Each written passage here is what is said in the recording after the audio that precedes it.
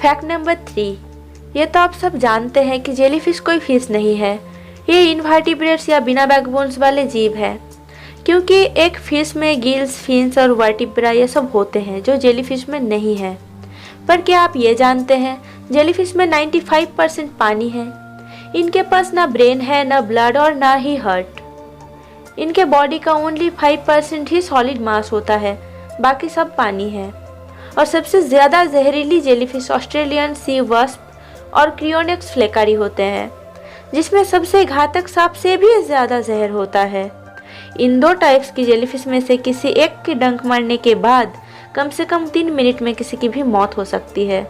पर कमाल की बात यह है कि लेदरबैक कछुए इस टाइप की जेलीफिशों को खा सकते हैं और उन्हें कोई नुकसान नहीं होता है। फैक्ट नंबर 2, क्या आपने कभी स्नोफॉल से इलेक्ट्रिसिटी बनने के बारे में सुना है? कैलिफोर्निया के साइंटिस्टों ने एक मशीन बनाया था जो स्नोफॉल से इलेक्ट्रिसिटी जनरेट कर सकता है। उस मशीन का नाम था स्नो टैंक, जो स्टैटिक इलेक्ट्रिसिटी के माध्यम से चार्ज जनरेट करता है और इलेक्ट्रॉनों को एक्सचेंज करके एनर्जी प्रोड्यूस करता है। यह डिवाइस रिमोट एरियाज में काम कर सकता है और इसे बैटरी की आवश्यकता नहीं होती है, क्योंकि यह अपनी शक्ति प्रदान करता है। यह आपको हवा की स्पीड और डायरेक्शन के साथ साथ कितनी बर्फ गिर रही है और किस दिशा में गिर रही है ये भी बता सकता है। फैक्ट नंबर 1, जब आप अंटार्कटिका की इमेजिन करते हैं तो क्या आप बर्फ से ढके एक ठंडे महाद्वीप के बारे में सोचते हैं? तो आप सही है। वास्तव में दुनिया का 90% मीठा पानी अंटार्कटिका के स्थायी बर्फ की चादर के नीचे बंद है।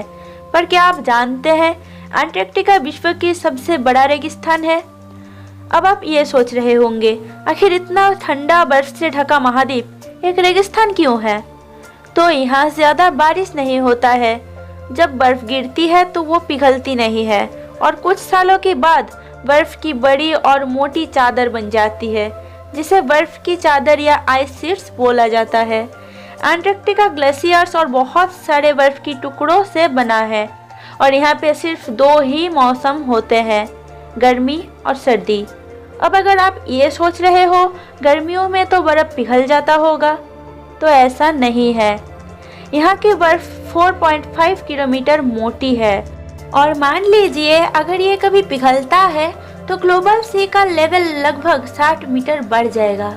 और अगर आप यहाँ पे देखोगे तो आपको मस और अलगे के अलावा और कोई पेड़ नहीं मिलेगा।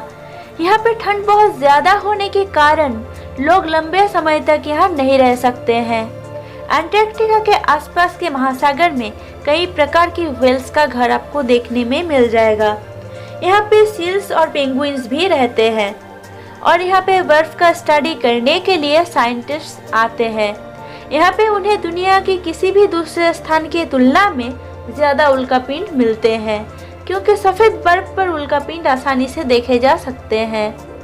साथ ही अंटार्कटिका में गिरने वाले उल्कापिंड बर्फ की वजह से लंबे समय तक सुरक्षित रहते हैं।